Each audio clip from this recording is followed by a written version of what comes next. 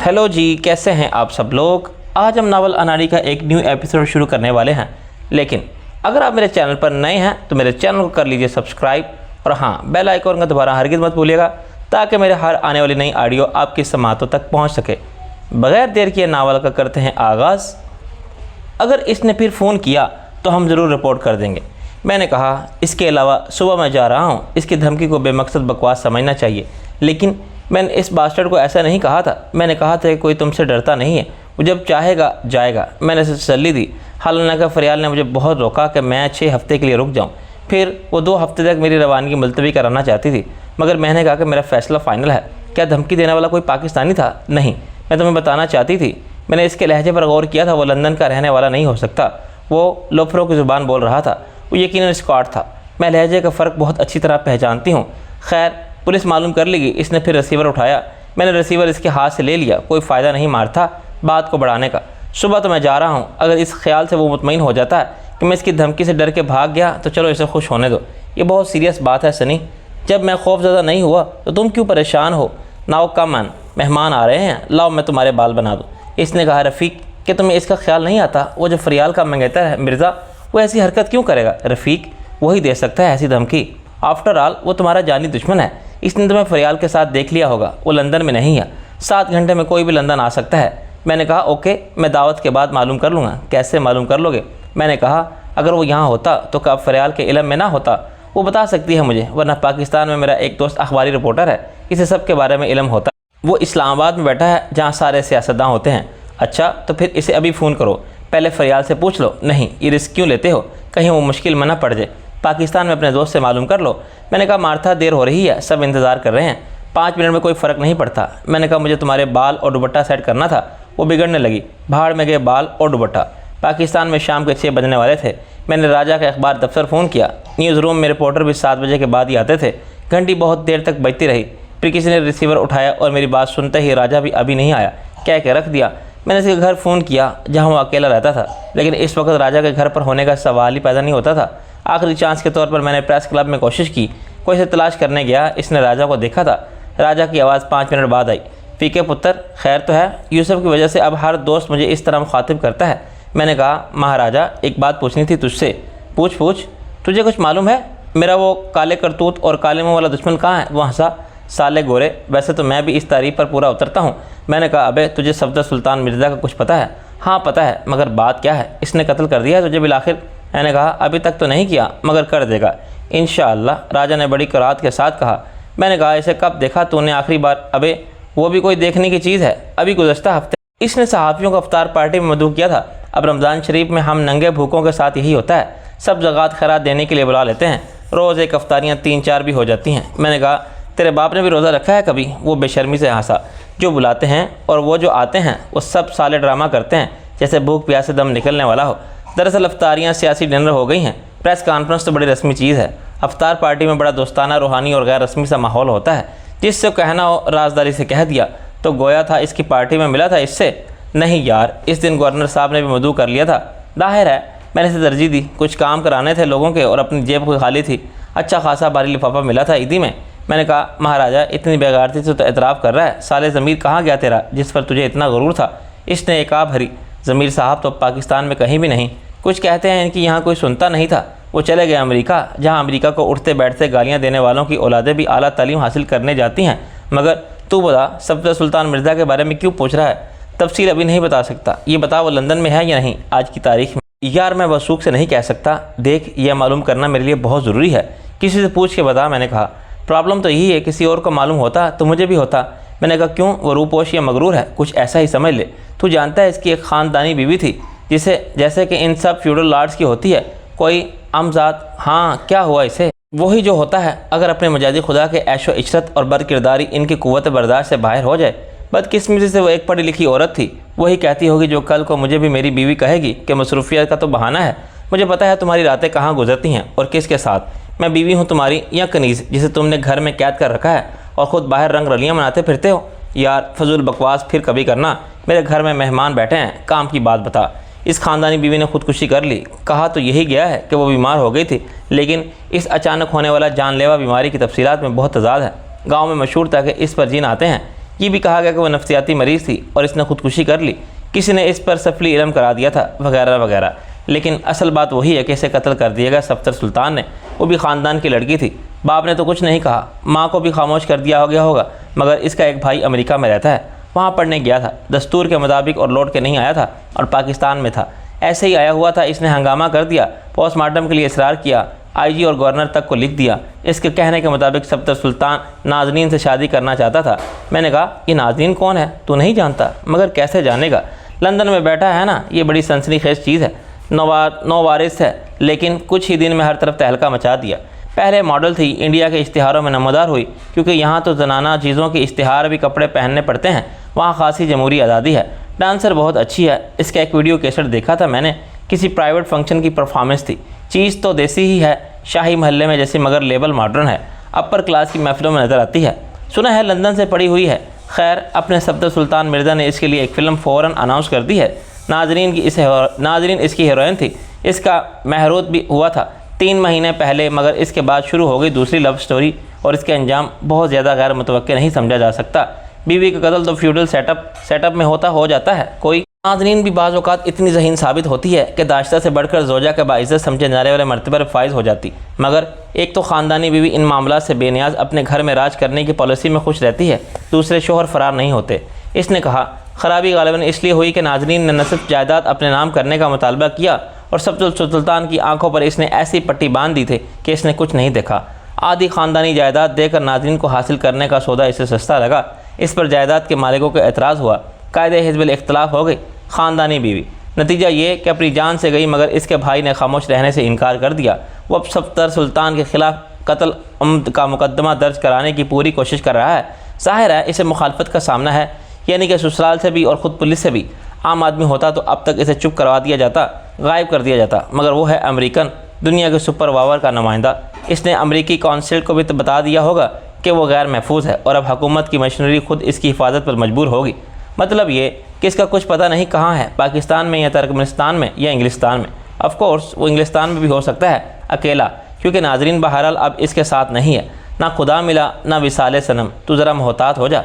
Long room से सुनाई देने वाली बातों के शोर से अंदाज़ा होता है कि सब मेहमान आ चुके हैं।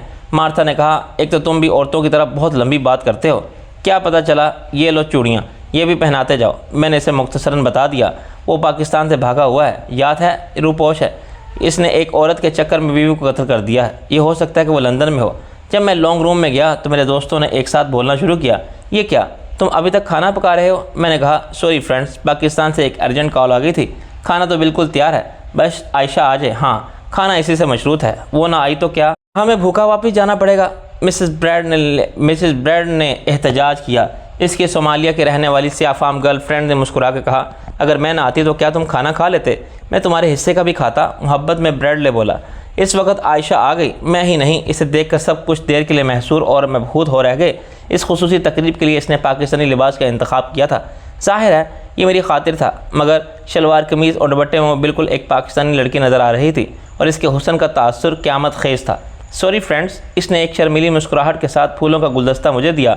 मुझे कुछ देर हो गई, मेरा ख्याल है कि अब खाने में मज़ीद देर मुनासिब नहीं। क्या ख्याल है लड़कों और लड़कियों? मार्था ने भी इसी वक्त एक ड्रामाई एंट्री दी। इसके लिबास अरूसी पर बहुत शोर मचा। ख़वातीन ने चीखें मारी और हजरात ने तालियां और सीटियां। मार्था शर्म से लाल हुई तो ज़्यादा मुज़हिका खेज़ नज़र आने लगी, मगर वहाँ मौजूद लोग आदाब और शाइस्तगी के कायल थे। सबको अंदाज़ा था कि मार्था के इस बहरूप का ज़िम्मेदार मैं हूँ और मार्था की यह जज्बाती हरकत मेरी खुशी के लिए है। पाकिस्तान में होने वाली बहुत सी पोतियों की शादी में 70-80 साल उम्र के दादा दादी को कांपती टांगों के साथ डांस करते मैंने खुद देखा था। सब ने मार्था के गले लग के इसके गालों पर, माथे पर अकीदत से बोसा दिया और इसे यकीन दिलाया कि वो बहुत अच्छी लग रही है। वक्ती तौर पर अलविदाई तकरीब की उदासी ख़त्म होगी। वो बहुत खुश नज़र आने लगी। मेरी स्टेनो एक इंडियन चंद्रा थी। इसने कह दिया, एक तुम्हारी माँ लग रही है, दूसरी इसकी बहू। ये तबसरा एक आम ख्वाहिश की तर्जमानी करता था कि काश ऐसा होता। इसने आयशा को खपत में मुब्तला कर दिया तो मुझे नदामत में। आयशा साल भर पहले ईशा अर्नेस्ट थी। इसका बाप लॉर्ड अर्नेस्ट इस कंपनी का मैनेजिंग डायरेक्टर था, जहाँ मेरी मुलाजमत को 2 साल पूरे हो चुके थे। वो कारोबारी तौर पर कामयाब और सियासी हलकों में ख़ास असर रसूख रखने वाला आदमी था। अपनी बीवी के मुकाबले में वो फराग दिल और ख़ासा गैर मुतअस्सिफ शख्स नज़र आता था।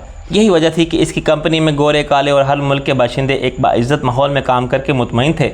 वो बैक वक्त एक अच्छा मुतनज़्ज़म बासलाहियत टीम लीडर, बेतकल्लुफ़ दोस्त और शफ़ीक व हमदर्द इंसान था। इंटरव्यू के वक्त मैं इसके मस्बत और हौसला अफजा रवैये से मुतासिर हुआ था।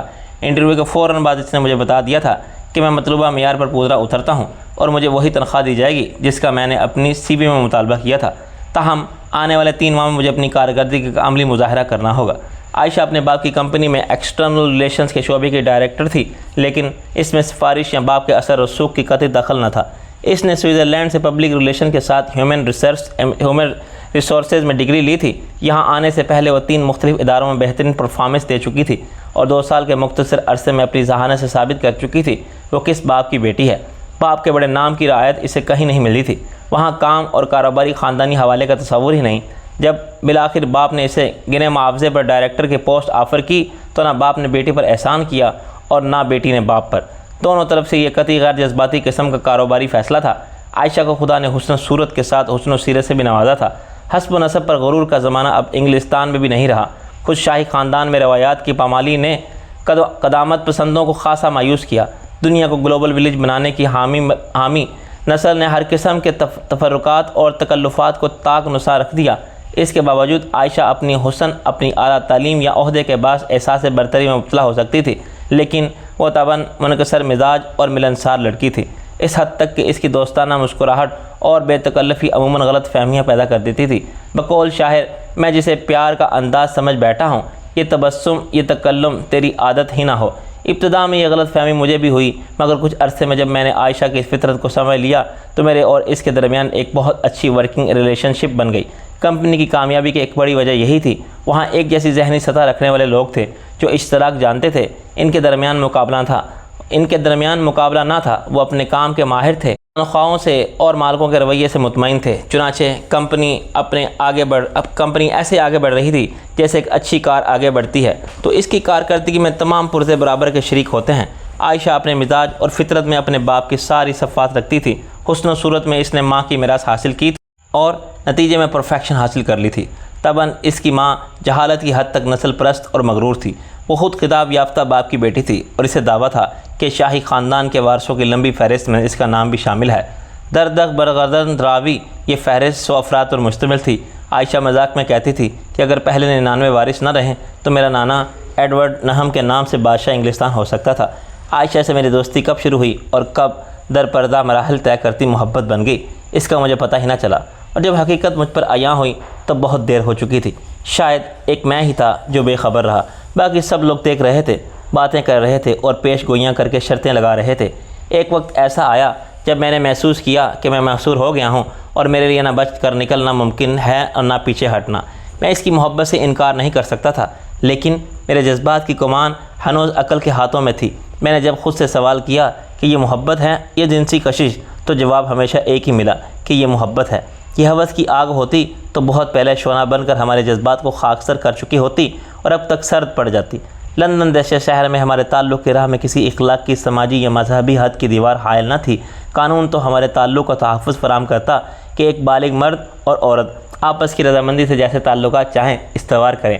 वो शादी किए बगैर साथ रहें, बच्चे पैदा करें, मुश्तरका ख़ानदान बना लें, किसी हम जिन्स से शादी कर लें, या इसी तरह इनका ज़ाती मामला है जैसे अपनी मर्ज़ी के कपड़े पहनना या अपनी पसंद के गाने सुनना। सोसाइटी को भी ज़ाती फ़ैसलों से क्या, शख्सी आज़ादी का तकद्दुस सब पर फोकियत रखता है। शायद मेरी यही अदा आयशा को भा गई कि मैं रिश्तों के तकद्दुस में मशरिक़ की रवायात पर कारबंद था। जब हम ऑफ़िस के बाहर मिलने लगे तो खलवत में ऐसे अनगिनत मौक़े आए जब वो मेरे बहुत करीब आ गई। कई बार लंच या डिनर के बाद वो मुझे अपने घर ले गई, मेरे से अपने घर मदऊ किया। हमने एक साथ सफ़र किया, कभी दूसरे शहर और कभी दूसरे मुल्क के किसी होटल में क़याम किया, लेकिन हमारे कमरे हमेशा अलग रहे। और कभी जज्बात इश्क की वारफख्तगी ने आयशा को खुद सपुर्दगी के मरहले तक पहुँचा दिया तो मैंने एतमाद की दीवार को गिरने ना दिया। आयशा हैरान भी हुई और मायूसी, लेकिन जब मैंने इसे अपनी जहनी तरबियत के मुताबिक ये समझा दिया कि मेरे नज़दीक मोहब्बत की आबरू क्या है और बेआबरूई क्या, तो मेरे किरदार की अज़मत से महसूर हो गई। मोहब्बत में जिस्मानी ताल्लुक़ से गुरेज इस माहौल में अब नॉर्मल होने की दलील थी। मैंने अगर आयशा की कुर्बत से फ़ायदा नहीं उठाया तो ये मशरिकी रवायात की एक अहमकाना शराफत थी जिसका मगरिब में कोई तसव्वुर न था। इसे नामर्द होने के मुतरादिफ करा दिया जाता था। आयशा को मेरी ये गैर मर्दाना सिफ्त ही मेरे फ़रिश्ता सीरत होने का वह सबूत लगी जिसे इसने इसके लिए मेरे हसूल को मकसद हयात बना दिया। हालांकि मैं एक आम ख़ताकार इंसान था, जिसका दामन गुनाहों के दागों से पाक न था। जब मैं अमेरिका पहुंचा था तो मेरी हालत इस फाका ज़दा कैदी जैसी थी जिस पर आज़ादी के साथ दुनिया की हर नेमत के दरवाजे खोल दिए गए हों और वह सब कुछ भूल कर इन पर टूट पड़े। मैंने आयशा को बहुत समझाया कि हम ज़िंदगी साथ गुजार सकते हैं, क्यों साथ नहीं गुजार सकते। तुम क्या समझते हो मैं जज्बात के रो में बह जाने वाली कम उम्र लड़की और कम अकल लड़की हूँ? यस, मैं ऐसा ही समझता हूँ। तुम्हारी जहानत और काबिलियत का मोतरफ होने के बावजूद तुम एक दकियानुसी दहन के सोच रहे हो, आला तालीम याफ्ता और रोशल ख़यान होने के बावजूद। अलीशा, ज़मीनी हक़ाइक़ कभी नहीं बदलते। कौन से ज़मीनी हक़ाइक़? ज़मीन सब एक हो गई है और हमारे हक़ाइक़ भी एक हैं जो ज़िंदगी की ज़रूरत होते हैं। क्या तुम मुझसे मोहब्बत नहीं करते? मेरे ज़ात में कोई ख़ामी है? तुम्हें एतमाद नहीं है मुझ पर, या ख़ुद पर यह डर है कि कल को मैं बदल ना जाऊँ? नहीं, ऐसी कोई बात नहीं। फिर क्या बात है? तुम फरियाल से शादी करना चाहते हो? मैंने कहा हाँ, मगर मेरे चाहने से कुछ हो नहीं सकता। वो मुझे नहीं मिलेगी, मैं जानता हूँ। फिर भी उम्मीद से दामन बांधे रखना चाहते कितनी गैर अमली बात है। इसने मायूसी से कहा, ईशा डार्लिंग, अकल के फ़ैसले को सामने रखूँ इससे लाख दर्जे बेहतर हूँ। वो ना मिली होती तो तुम्हें पाक यकीनन ख़ुद को दुनिया का सबसे खुशनसीब आदमी समझता मैं। मेरी ज़िंदगी में शामिल है और मैं इससे किए हुए वफ़ा को ख़ुद कैसे तोड़ सकता हूँ? उम्मीद को भी अभी से कैसे ख़त्म कर सकता हूँ? यानी मुझे इंतज़ार करना होगा। उम्मीद के साथ कितार में मेरा नंबर इसके बाद है। मैंने कहा, ऐसा क्यों समझती हो? मेरी नज़र में और मसाइल हैं। मशरक़ी और मगरिब की दूरी है, वो सिर्फ 7-8 घंटे की दूरी हो गई। मैंने कहा, क्या मैं रोडयार्ड कैपलिंग का फ़र्क दोहराऊँ कि मशरिक़ है और मगरिब ये दोनों कभी मिले हैं और ना मिलेंगे। वो पिछली सदी में कहा था इसने। अब तुम लंदन में रहते हो और मैं भी लाहौर में रह सकती हूँ। मैंने नफ़ी में सर हिलाया। नामुमकिन, हमारे दरमियान माहौल का फ़र्क है, तबकाती खलीज है, हमारे ख़ानदानों की सोच अलग है, लेकिन ये ज़िंदगी हमारी है, सिर्फ़ मेरी और तुम्हारी। ये सारे फ़र्क इस पर असरअंदाज नहीं होते हैं। मैंने कहा, हम सब से कट कर अकेले नहीं रह सकते और ना अपने बच्चों के साथ मरीख पर नई दुनिया आबाद कर सकते हैं। यानी फरियाल तुम्हें ना मिले इसके बाद भी तुम मुझसे शादी नहीं करोगे? तुम्हें सिर्फ फ़र्क नज़र आ रहे हैं, मेरी मोहब्बत महसूस नहीं होती। अलीशा, ज़िंदगी फ़िल्म नहीं है और जो 2 घंटे में ख़त्म हो जानी है। एक तवील मुद्दत है। मुझे बताओ, ये शादी हो जाए तो हमारे बच्चे क्या समझेंगे खुद को? गोरा या काला, पाकिस्तानी या बरतानवी, क्रिश्चियन या मुसलमान? कितने कॉम्प्लेक्स होंगे इन्हें। मज़हब मेरे लिए ज़ाती मामला है। मैं मुसलमान हो जाऊंगी और ये मत समझना मैं बहस हार गई हूँ तो मैंने हार मान ली। अगले दिन वो मुसलमान हो गई। इसने इस्लामिक सेंटर में किसी से रब्ता किया और सारे कानूनी तकाज़े पूरे करने के बाद मुझे मुतला किया कि मेरा इस्लामी नाम आयशा रखा गया है। मैं भौंचा के रह गया। मैंने फरियाल को बताया तो वह खफा होने लगी। इसके दीन और दुनिया की ख़राबी के ज़िम्मेदार तुम हो। क्यों? मैंने तो साफ़ इनकार कर दिया था। बात को इतना बढ़ाने की क्या ज़रूरत थी? मगर तुम्हारी मर्दाना अना को बहुत तस्कीन मिल रही होगी, ना कि यक न शुद्ध 2 शुद्ध। पहले एक पागल थी, अब 2 हैं, और लड़की भी ऐसी। मैंने कहा, फरियाल, मैं हाथ मार दूँगा, मुझे बताओ मैं क्या करूँ? वही जो मैं कहती रहती हूँ, अभी इससे शादी कर लो फिर मुझसे कर लेना। 2 की गुंजाइश रखना, ज़िंदगी बड़ी लंबी है और तुम माशाल्लाह ऐसे हैंडसम हीरो और शहज़ादा गुलफाम हो कि ऐश्वर्या राय भी आएगी, कच्चे धागे से बंधी एंजेलिना जोली भी। अगले दिन अलीशा यानी आयशा की माँ का फ़ोन आ गया। मैं तुमसे फ़ौरन मिलना चाहती हूँ, गाड़ी भेज रही हूँ। मैंने कहा, लेडी आर्नेस्ट, गाड़ी है मेरे पास और ना होती तो लंदन में टैक्सी मिल जाती है। असल बात यह है कि इस वक्त टाइम नहीं है मेरे पास। आपने ये कैसे फ़र्ज़ कर लिया कि मुझे किसी भी वक्त तलब किया जा सकता है? ओके, कब आ सकते हो तुम? इसकी नक़ुव्वत कुछ कम होती। मैंने कहा, अगर मकसद मुलाकात आयशा, इसका नाम अलीशा है, आप माजी में रहना पसंद करती हैं तो आपकी मर्ज़ी। मैं आयशा ही कहूँगा इसे जो कि वो है।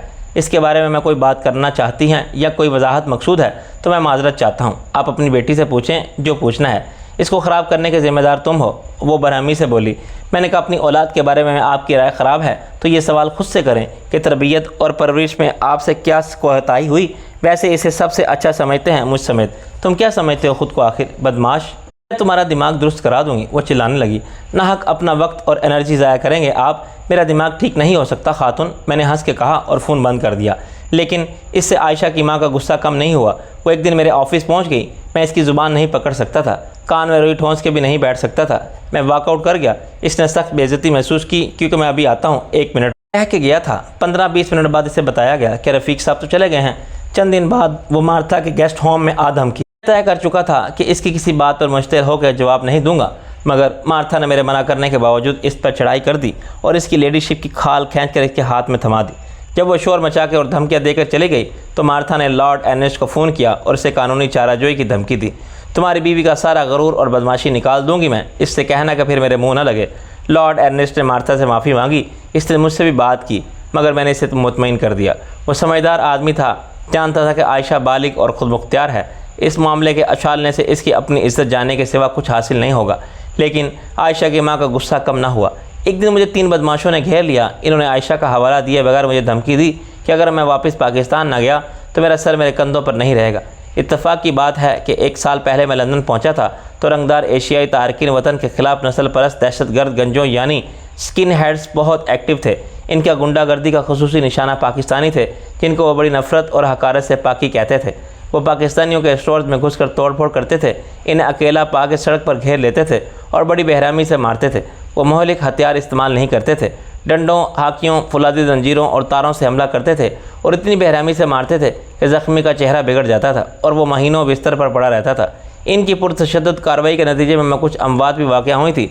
बाद में इन्होंने औरतों को भी निशाना बना लिया तो पाकिस्तानी कम्यूनिटी में सरामसीमगी फैल गई थी। पुलिस अलर्ट हो गई, बहुत से गंजे गिरफ्तार भी हुए, मगर पाकिस्तानियों में एक रद्दअमल के तौर पर खुद हिफाजती की तदाबीर इख्तियार करने की तहरीक शुरू हुई। लाहौर के डॉक्टर बशीर ने एक दिन मुझे मुत्तला किया कि करीब ही एक मार्शल आर्ट एकेडमी है जहाँ जापान का एक जेन्युइन ब्लैक बेल्ट जोडो कराटे की तरबियत देता है।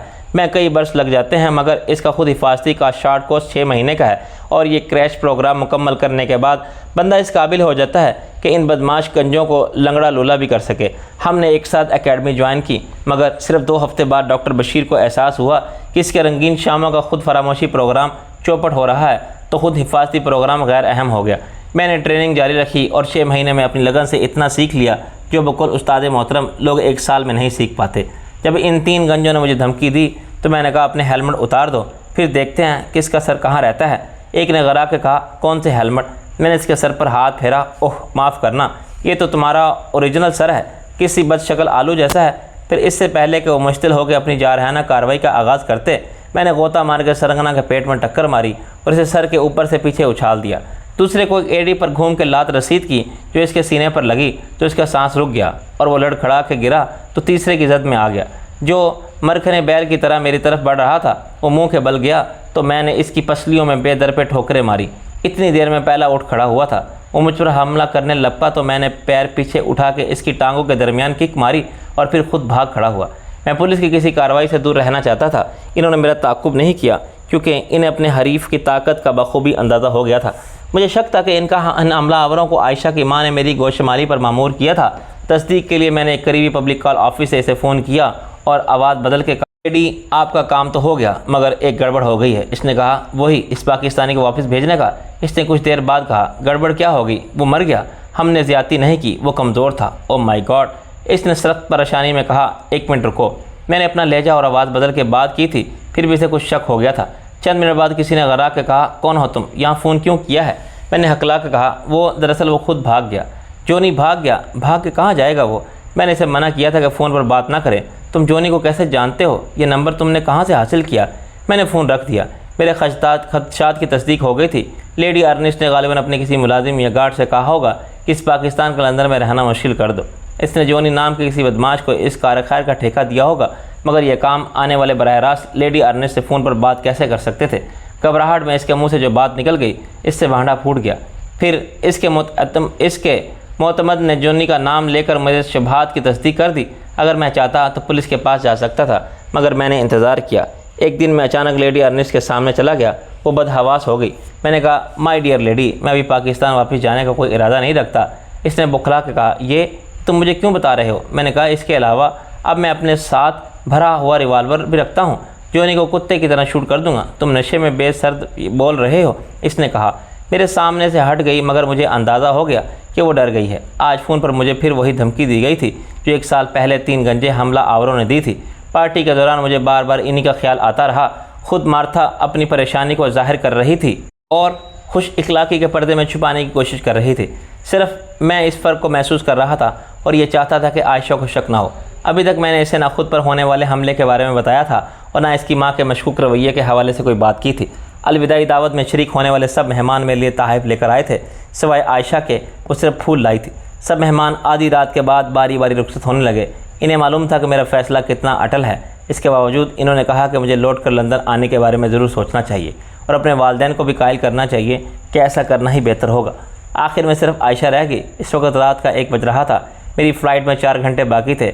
मैंने अपने सामान को कम से कम रखा था। मेरे कमरे में ज़ाती इस्तेमाल की जितनी चीज़ें थी वो मैं मार्था के लिए छोड़ के जा रहा था।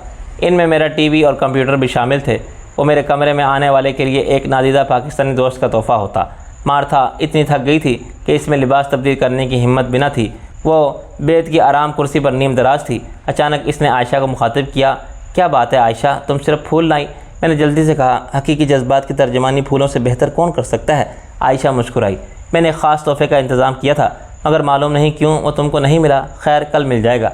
मार्था ने दिलचस्पी से पूछा, ऐसी क्या चीज़ थी? एक विक्टोरियन स्टाइल डाइनिंग सेट था, बर्तनों का नहीं, एक गिलास टॉप टेबल और 8 कुर्सियाँ। मार्था का मुँह हैरानी और खुशी से खिला रह गया। इतना महंगा तोहफ़ा मेरे लिए? वो तुम्हें हमेशा रफ़ीक की याद दिलाएगा और इसका ताल्लुक़ जो कि तुम्हारे दरमियान रहा, आयशा ने कहा। मार्था इतनी जज्बाती हुई कि आयशा के गले लग कर रोने लगी। ये बहुत पत्थर दिल लड़का है। मैंने इसे टोका, मार्था हमने किस बात पर इत्तेफाक किया था? कोई अलविदाई डायलॉग नहीं बोलेगा, ड्रामाई सीन नहीं, रोना धोना नहीं होगा, राइट? मैं क्या करूं? मैं खुद पर काबू नहीं रख सकती। मैंने इसके शाने पर हाथ रखा और इसको सोफ़े पर बिठा दिया। मैं आता जाता रहूँगा मार्था, हो सकता है वहाँ जाके मुझे अपना फ़ैसला बदलना पड़े। अभी कुछ दिन मेरा कमरा खाली रखना। अब मैं आयशा को छोड़ आऊँ? इसने आंसू पोंछ के सर हिलाया।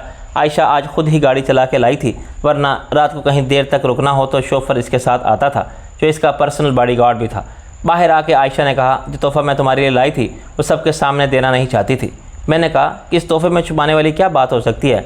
इसने अपने बैग में सुर्ख मखमल की एक छोटी सी डबिया बरामद की। बस मैं खुद को मज़ीद तमाशा बनाना नहीं चाहती थी। मैंने कहा, ये क्या है? इसने डबिया से एक हीरे की अंगूठी निकाली। ये मंगनी की अंगूठी है, इसे पहन लो, अपना हाथ लाओ, मैं पहना दूँ? मैं भौंचा के रह गया। आयशा, मैंने बड़ी मुश्किल से कहा, ये कोई शादी का बंधन तो नहीं, ना कोई कानूनी हैसियत रखने वाला हलफनामा है, सिर्फ एक अंगूठी है जिसे तुम जब चाहो उतार के फेंक सकते हो।